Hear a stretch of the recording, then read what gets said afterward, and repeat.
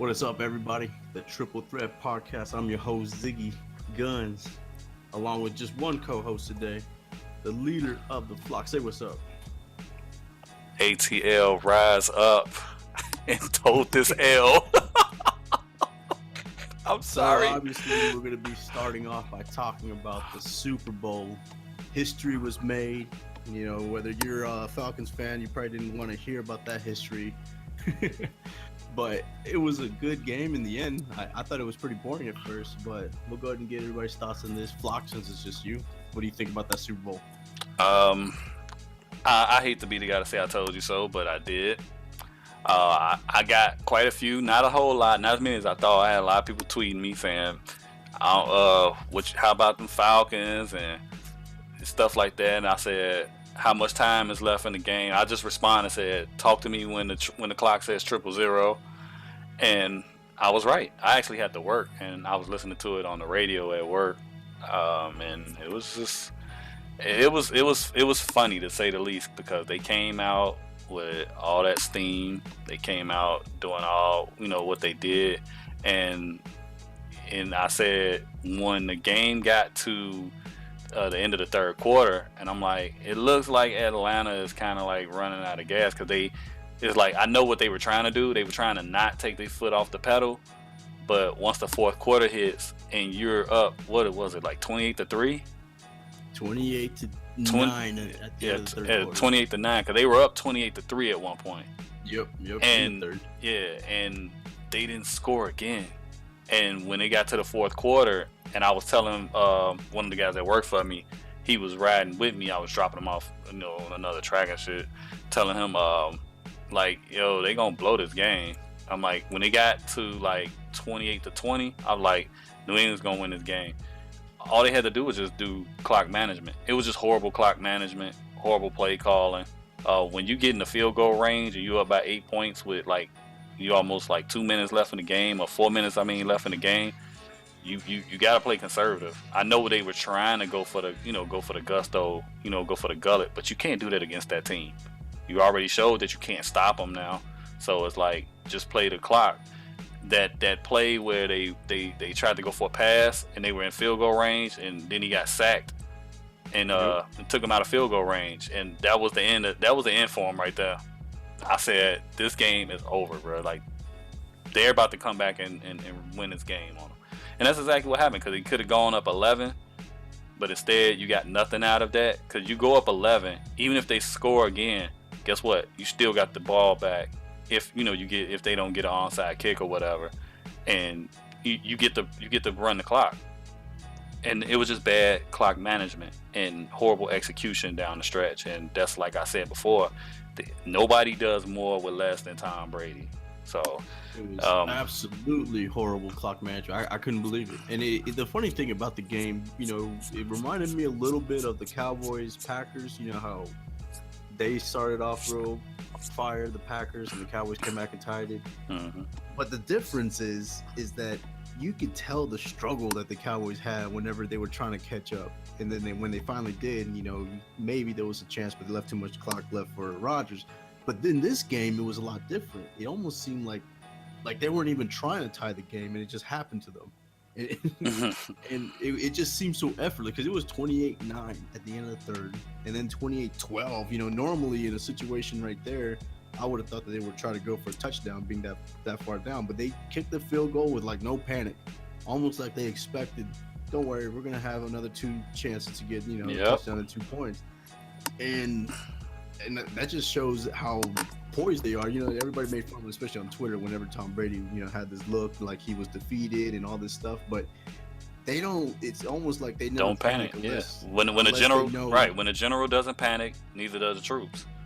Yep. And it was amazing to see the Falcons try to do the whole step on the gas. That's not their style. They should have known that Freeman, he was actually running on them pretty good, and I was kind of shocked by that, how good he was running, and they just kind of stopped. All of a sudden, Coleman was there a lot, and not necessarily for you until Coleman got hurt. I was shocked by that. We talked about that sack, but even the play before that, they were trying to throw, and that's how they got that fumble. Mm-hmm. It just seems like the Falcons were just cocky, I guess is a good word. Like they just thought they had it in the bag, so they were just kind of like, oh, let's go ahead and give a show to everybody else, just to say, hey, we could do this to them, and they forgot who they were playing against. It seems, I guess. I mean, it's crazy to think that they did all this without, anybody really doing anything except for White. John White was like really the only person that did much damage in the end, aside from Brady. Right. So, I mean, if you would have told me, hey, Edelman and Bennett, Amendola and all them weren't going to have the yards that you expect them to have or the catches, but they'll still win the game, I don't think anybody would have thought that. That's crazy, man. I mean, you definitely got to put Tom Brady up there as possibly the best QB ever. Yeah, we'll go ahead and talk about that. I said possibly. I still say Joe Montana because how can you say Joe Montana after that now? Come on. Because the quality of teams that Joe Montana beat, I think, are a lot better than the quality of teams that Tom Brady has beat. Now, granted, you heard me say this the last time. He's up there. He's definitely right there. He's definitely right there. And I said nobody does more with less. But at the same time, that's a testament to how bad. I mean, you like in the era that Montana played in, every other team had like at least 7 or 8 great defenses that you had to go against. You had those giant teams. You had like the Bears had great defenses at one point. You had a lot of different teams that had great defenses. Now you got maybe 1 or 2 in the NFL, in today's NFL, because it's like look at the scoring. Yeah, everything is offensive driven. Look at the scores in the games now. It's like the defenses are horrible. And that's why when I talked about college football, I like college football is not even about defense. Like, it's just who can score the most points. And we'll get into that in a little bit too, talking about who can score the most points too. We got something else to get into, but yeah, like I said, Tom Brady, he's definitely right there though. I mean, a lot of people are gonna say, because it's hard, like when you see something, people live in the right now, so they react to what they see right now. Oh, this is the greatest thing ever. This is one of them things where you say, how when somebody say, well, this person, they didn't win this team lost it. And this was Atlanta's game to win, and they blew it. They gave up, like, what was it, like 28 unanswered points? Or 25? No, it was 25 unanswered points. Right. And they didn't score. Yeah, then if you count right. And then they scored again. Like, come on, fam. Like, that was crazy, yo. Atlanta, #chokeatlanta. Yeah, so for everybody that was saying, oh, Flock hating on Atlanta and all that stuff, like I said it before, I tweeted it out after the game. They are who we thought they were. I mean, they got exposed. Matt Ryan choked in the end. I don't even blame him. I don't even blame him 100%. I blame the play calling. You know what I mean? No, they should have went to a more conservative play calling towards the end. Like, it could have been like, okay, we not gonna try to punch it in here like right now. If we get it, we gonna get it on a run or a quick little short pass, something like that. But you dropping back 12-step dropping, and knowing that can take you out of field goal range, like, especially after they just got that incredible catch. Exactly, Julio, right? And then the fact that they were winning that game by as much as they were winning without him being a major factor in the game, because he had like how many catches? He had like 80-some yards. He was only targeted 4 times. So New England was like, yo, we gonna let somebody else beat us. Ryan and you and Sanu and somebody else is gonna have to beat us. Freeman, somebody else got to beat us. Julio is not gonna beat us. And at one point, it looked like, okay, somebody else is beating you. But then once again, Atlanta's defense was on the field too long, because after in the second half, they just started wearing down, and the offense wasn't functioning the way that it was in the first half, and even early in the third quarter when they scored. So I don't know, man. I just feel like Atlanta, that's got to be by far like the biggest choke job I've ever seen I don't even want to say in a football game, because I did see back in the day Houston Oilers blow like a 34-0 lead at halftime against the Bills, and the Bills came back and beat them. Yep. With the backup quarterback Frank Wright. So I mean, it can happen. And shit like that shouldn't happen in a Super Bowl. You should be better prepared, and they just weren't prepared mentally. No, I agree. As far as quarterback goes, I already thought that Brady was the greatest. I mean, I grew up also in the Joe Montana. I still base it on the fact that it's not a dynasty era. The era of free agency, knowing that everybody can leave at any point and all the major stars don't even want to go to New York because they know they don't get paid there. I just got to give it to him. I know five is hard to get. They definitely make it work. Like I said 100 times, he does more with less. So that's why I say he's definitely right there. He's right there with Montana. What do you think about the commercials? I didn't get to see him because, like I said, I wasn't at home to watch it. I was just listening to the game on the radio when I was at work, so I didn't get to see the commercials. I watched them all again.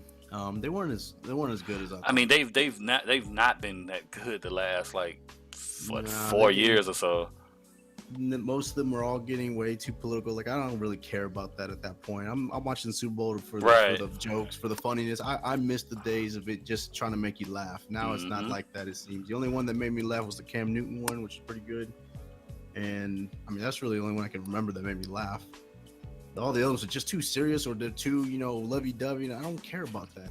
Or they try too hard to be funny and it falls flat. Yeah, that too.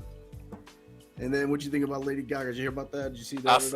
I did see that after the fact. I was listening to it. I don't know what you call it. Everybody thought she was gonna go on some political tirade, but she didn't. So shout out to her for not making it about herself. Yeah, I think that was good too. I'm glad she did. Yeah, I mean, we all know what she probably wanted to say and stuff like that. I seen her drop the mic and jump down that little that shit was kind of funny. Those jumps you were making were pretty funny. Yeah, she was just yeah, she was jumping like a flying squirrel. Right. We'll go ahead and move on to basketball now. NBA. Which one do you want to start on? You want to talk about it? Both involve the Knicks. Which of course. Let's get on Phil Jackson real quick. All right, let's talk about Phil. Go for it. We're gonna talk about Phil Jackson and Carmelo. Apparently, he was taking some shots. Go ahead. I'll let you talk about it because I'm kind of confused about it all. He tweeted something, a response to Bleacher, I guess, and just basically said some stuff about he referenced a player that he had, back in the day. I forgot the fucking dude's name that quick. Nobody's gonna know who he is anyway, even if I did say his name. And it was kind of like a underhanded shot at Carmelo, basically saying a leopard can't change his spots. Yeah. So he basically saying Carmelo is who we think he is, and all this, that, and the third. And for that, I'll say this, man. If this is a guy that you want to move, first of all, shame on you for shame on you for doing that, because when the media tries to get a hold of Phil Jackson, he doesn't want to talk to him. So he has somebody else talk for him or through him. So he doesn't want to do that. So these dudes getting paid like $12 million a fucking year, to make bad decisions. I mean, nobody put a gun to Carmelo's head and made him come, back to New York. If you didn't want the dude, you didn't have to keep him. Phil practically begged him. Pretty much. He practically begged him to come back. That's why he has a no trade clause. That's why he makes as much as he's making, because he wanted to do that, and he was telling me, yeah, trust the process, and trust this, trust that, and then all of a sudden you're trying to get rid of this guy. You tell the Clippers, we don't need any of your big three. Just take them. Basically, just take them. Give me Redick or this guy or something. Just take them. My thing is, if you going on Craigslist or whatever and you trying to sell a car, you trying to sell a vehicle, you don't go right back on that same forum and put out there talking about how the door always falls off when this and the windshield wipers don't work, or saying the fan belt keeps flying off on me and the radiator's bad. You don't do that, because at the end of the day, who's gonna look at that and want that car from you? You trying to sell that car, but then you bashing it and making it like, yo, this basically is a lemon. I'm a Carmelo Anthony fan, but I feel like his best chance was, like I said before, if he would have came to Chicago a few years ago. But I don't think he is even invested in winning. He's invested in cashing in. So they both made that bid and they got a lie in it. So I don't feel bad for the Knicks. I kind of feel bad for Carmelo because of the criticism he's getting and they booing him and all this other stuff. But y'all beg that dude to come back. if you didn't want him, you didn't have to re-sign him. You could have let him go somewhere else. So yeah, at this point, that's exactly what it is. Phil begged him. I remember I was in Vegas when it happened. And he was pursued by obviously Chicago, and I think there was some Houston? rumors that he might have. Houston, yep, was another one, and there was some rumors that The he Lakers? might go to Miami to replace LeBron going to Yep. Cleveland.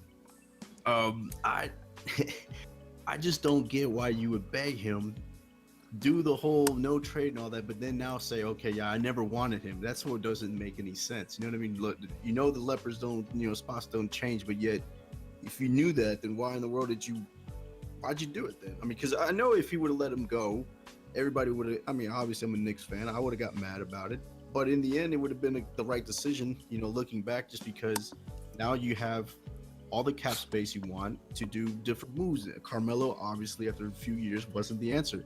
I did like the signing for one thing, though. His name attracted people to come back to New York. That's something that's valuable. Obviously, Porzingis now can probably carry a little bit of that weight, but unless he is Dirk, at least everybody thinks he's going to be Dirk. Right now he's not, but he's a good young piece to have to complement Anthony and him. So that's why Rose, when he came over, and Noah, it seemed like on paper that was a lot better than obviously what the Knicks had in the last few years. But I can't fault them for wanting him at the time. At the same time, though, you can't cry over it now. You know what I mean? It doesn't make. It's kind of like how LeBron. You were happy when you won the championship with that team, and you can't cry about it now that you're not winning. At least not winning what you thought you would be getting with all the same players that you wanted to have them sign. Like J.R. Smith and everybody else. So I hear there's new rumors now that LeBron even said, which I think was funny because I think LeBron came out and said that's crap, but apparently LeBron is trying to push Melo to come even for Kevin Love, which I doubt that that's true, but it still doesn't even make sense. We talked about that last time. He just doubted. He just denied the whole thing. Yesterday, he just denied the whole thing when he said they asked about it, and he said that the whole article is trash, and the person that wrote it, which was a dude, that works with the New York Post, or New York Times, one of them, and he's on Around the Horn, and dude addressed it. He actually addressed it yesterday, and basically he called the dude trash for reporting it. And my thing is, he's getting his information from somewhere, so. There's that these reporters don't just spew stuff out of nowhere. So where there's smoke, there's fire, I guess is the better way to say.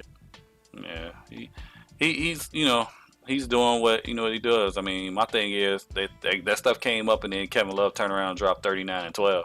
So I wouldn't make that move. I said it before. I would not trade for Carmelo Anthony if I'm not gonna lie. If I was any team.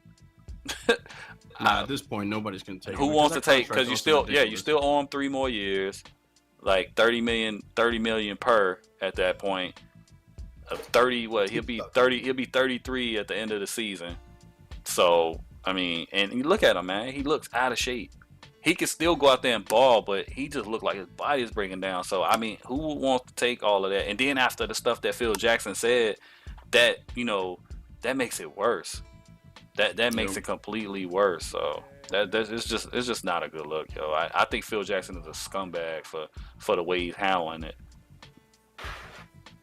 I agree. All right, so let's transition to other Knick news, which is a little bit funnier. Charles Oakley today. This just happened, so we don't have the full story yet, but we thought this was pretty interesting. It's already trending on Twitter. Charles Oakley got kicked out of Madison Square Garden because he fought. Guess who he fought? If I say Charles Oakley in a fight, you're thinking he had to fight the other team, right? Somebody in the bench or something. Mm-hmm. No, he fought Madison Square Garden security. I think he punched a cop and he pushed somebody else. Flock, what do you think of what you saw so far? I thought that shit was hilarious, man. I said a 50 plus year old Charles Oakley got more fight in him than the entire Knicks team combined. Yep. That's how I feel. I like, hell, instead of ejecting him and from the game and shit like that, they should have put a jersey on him and let him go out there and play, because they need all the help they can get with somebody with some heart out there to be out there playing. Because you got the 10-man and Derrick Rose playing point guard. He has no heart. You got the Scarecrow out there, Joakim Noah. If I only had a brain or 2 functioning knees. So I mean, and then everybody else is playing with the exception of Porzingis.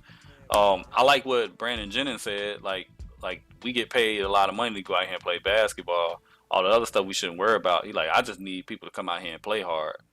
And I couldn't agree with him more. It's like, it's a distraction, man. And he was doing good with when Yeah. Rose was out. Yeah, it's a distraction. But to get back on Charles Oakley, I thought it was funny. Like, supposedly he had an issue with James Dolan, and after the fact, that's when security came down there to go after him. Oh shit, my phone ringing.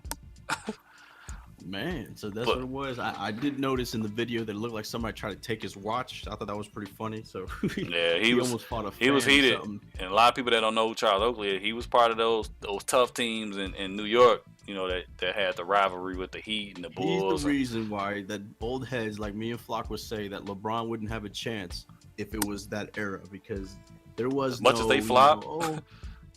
Do it. Yeah, as much as they flop now. Oh yeah, that's what I'm saying. There was no way you can go to the hole and expect the refs to call fouls and stuff like that. Like everything is a foul now. Oakley, Anthony Mason, those dudes, if you came to the hole, you were going to catch an elbow, and there was nothing that a ref was going to say about it. I mean, that's just how it was back then. Mm-hmm. You need the only. I think Jordan was the one that said that if you wanted to beat them, inside, you're going to have to either learn how to, your jump shot from like he said, I think he said something like Stockton. He goes, you have to play like Stockton to make it to where nobody can go outside and get you, or you're gonna have to be like what's his face, like Charles Barkley, and just go in there and fight them until you're trying to get it. But in the end, it was tough. There was no let me take these 3 steps and jump up here and hope that the refs call a foul. It wasn't happening. It was not happening at all. And I know for a fact that if Dwayne Wade tried to do that little pump move that he did and he got away with it, it wasn't going to be a little tap. He was going to come straight down. You got hit twice. Like, you get the foul, and then the other guy would hit you again, like the Detroit Pistons used to do. The other guy would hit you again to make sure you didn't make it. Yeah. They would hit you again. But he goes, you'll get away with it this time, but don't you dare try to do this again. We'll make sure that it's not just a little slap in the elbow. It's going to be in your face. I mean, that era was it was rough. I mean, trust me. And Oakley was just a bruiser. A lot of them, Larry Johnson, all of them. I can name a bunch of them that were just bruisers. Man, that Knicks team, when they all came together, I can't believe they didn't win. But man, I can't. You know who they ran against, right? Yeah, I know. It was Jordan. Who could they never beat? And they wouldn't have beat them that one series when Jordan had retired if it wasn't for that ref calling that bullshit foul. And then what happened? And then when they finally did make it to the pinnacle, obviously Lodger won with the Rockets. But then when they finally did it again, when it was they was an 8 seed. Then all of a sudden it was Tim Duncan came into town. They was an 8. Yeah, they were an 8 seed that made it to the finals. That's never been done before in this day and age in the East. I mean, you gotta think about it, man. That was the turn of when the East and the West, because for the longest time the East was the dominant conference. Like throughout the 90s, the East was the dominant conference. From the late 80s to all throughout the 90s, the East were the dominant conference. So we can switch gears and go into this final topic if you want. Talk about let's go. Shorty LaMelo Ball. LaMelo. Yeah. So the 92 points, which wasn't a record for a high school game, but it was pretty impressive. The other coach cried foul about it, saying that the team was on purpose fouling so that way they can give him more opportunities to shoot. I mean, let's face it. I mean, the guy, I think it was his brother, right? It's his brother that didn't play, so that's the reason why he was able to just go ahead and go nuts. Right. He's got a brother. Both of them are really good, and obviously he became more famous because I guess it's a meme or something or a GIF, like where the half-court shot that he's like, oh, I could be Steph Curry or something like that, and he nails like a 60-footer without looking. But what do you think about it? You think it's fair for high school players to go off like that? I mean, if needed, then you do that, but I'm not a fan. I mean, the score would say that. It was like 140 to 120 or something, right? So it was pretty close. I mean, that's because they don't play defense. Yeah. And that's what I was going to get to. I mean, of course, we know his older brother is with UCLA, plays for UCLA, Lonzo Ball. He has another brother that's playing there as well at school with him. And his brother is projected to be, like a top three or 4 pick in the draft. And all of them had these funky looking shooting forms and whatnot. They got these funny looking jump shots. They've all been criticized for not playing defense. I mean, I watched a little bit of them, and all I see is cherry picking, no defense. Like he doesn't even cross half court half the time on defense. Let the other team shoot, they miss it, they throw it down to him, or even if they make it, they hurry up and throw it down to him, and he's already over there on the other side, and shooting threes or going in for layups and stuff like that. So I don't players like that, man. I mean, hopefully there's more to his game than that, but from what I've seen, I mean, he can shoot. I mean, don't get me wrong, scoring 92 points if nobody's guarding you at all ever, that's still impressive. And the fact, right, because 8-minute quarters in high school. So, I mean, and then the calls, for why he did it or whatever, they said it was dedicated to some girl he went to school with that was like real sick or something like that. So that was a pretty cool cause. But like I said, I've seen it even when it wasn't the cause, watching them play, and I'm not a fan of that cherry picking and all this other stuff, because all you're gonna do is lead yourself to get exposed. I mean, DeJuan Wagner once scored 100 points in a high school game, and where's he at right now? Yep. He played for the Cleveland Cavaliers, and he lasted in the league maybe 3 seasons. So well, and I know the reason why I think LaMelo, except from his other brothers, I think the reason why everybody likes him more, it seems, because he's a deadly shooter. So he has the potential to be like what Steph Curry was, last year with those threes and stuff like that. Right. But in the end, that's not a great player. Whenever I saw LeBron James, that was a lot different. When I saw him in high school, when he was at Vincent St. Mary's, LeBron looks exactly like he does now in high school. So that was what made it LeBron incredible. Like, everybody knew that was going to be a star because he was already a man-child. I mean, he was already a grown man in high school, it seemed. Yeah. He looked like Greg Oden. That was another one that just looked like they were already 30. Right, and Shorty's only 15, so I mean, I'm never going to bash a kid or nothing like that, because my thing is, you can't bash a kid. It's the coach. Oh, no, don't get me wrong. I mean, if the coach lets him get away with it, what you think he's gonna do? He's gonna get away with it. If I'm a coach and I'm telling him, man, get your ass back on defense, and you're not doing it, guess where you're gonna be? Sitting right here next to me, watching the game. I don't give a damn how good you are, but that's that comes from them pacifying kids and scared, he might transfer, and stuff like that, because everybody's pampered these days. So I don't want to knock him or nothing like that. So I think he's projected to be good. I just don't know if I'm as impressed with the 92 score and think he's going to be a future NBA All-Star just because he did it. LeBron, like I said, was a little bit different whenever he was in high school, because he was already, like I said, he already looked like he was ready for the NBA at that time. And I don't see him going out there and being able to do that, because the game is a lot quicker in the NBA. You know what I mean? So he might have these shots and all that and be impressive in high school, but if he tries to do that now, of course, we don't know what his body's going to be finalized. I mean, like you said, he's 15. We don't know how he has a lot of more growing to go, I bet. So he could be very good, or he might just be hey, a high school great. I mean, that's like Wagner, like you mentioned, whatever happened to dude. Like, I don't want that to be the case with him. He got time, right? Like, he got time to improve on that. So yeah, exactly. Plenty of time. And all the other part of the game. Whatever happened to that? I remember in high school. I don't know if you remember this. God Shamgar. Remember, he was supposed to be like the greatest. Whatever happened to him? God Shamgar went to Providence, and I think he was in the league for a minute. Who the hell did God Shamgar? I remember when we were growing up. I mean, we didn't have the internet and all that, and I remember that name. I mean, that name was everywhere. I mean, that was like, he was supposed to be like the greatest thing coming out of everywhere, and I just never heard of him after that. Right. Yeah, God Shamgar, though, he, I think he played for the Wizards, right? Did he? Yeah, I think he ended up for the Wizards, but like once before, like I said, it was, it was just a lot of that stuff that you could do in like on street ball and stuff like that they let you get away with. That shit don't fly in the NBA, and sometimes it ain't always about who has the most talent either. So, it's a lot of one team. The professor, that was right. Professor, Skip to my Lou. He's the only one that actually really made it in the NBA. Was Skip Rayford Alston. He had a nice, decent career. So, but yeah, like I said, hopefully he works on that, and because when you watch that stuff, if you're a basketball purist, it's like I said, it's cool to watch for like a highlight tape. Well, when you watch highlights of somebody, but when you want to watch a game, I don't want to see that shit. Somebody stopping at half court and and then they just cherry picking and just flinging the ball down to the other end. That ain't basketball to me, man. That's some other it shit. becomes almost a joke. Yeah, it's some other shit. I can't really take it that serious because what you gonna do when you get in a more structured environment, you know? And high school should be the structured environment, but for some reason they let that shit fly out there in Cali or whatever. So he couldn't get away with that shit here in Chicago. Cause somebody would be back there on the other end of him, elbowing the hell out of him. Where you think you going? Charles Oakley today wouldn't have none of that. Right. Oakley catch his ass the next time he come down. Boom. Right. But yeah, that's. I want to see Oakley now coach. You know, now that I've seen all this today, I want to see Charles Oakley come. He do a reverse Sprewell if he was a coach.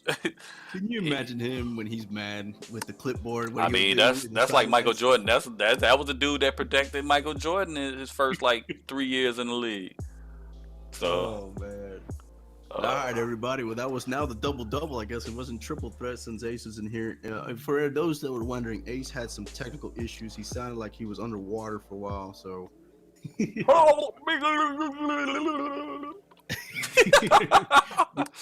And the funny thing is, I think he thought that he was clear as day when he was talking to us, and we couldn't hear him at all. It was just, yeah. Yeah, he was.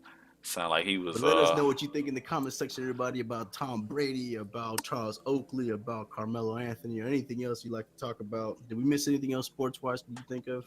Nah, because we just did this stuff, so nothing really.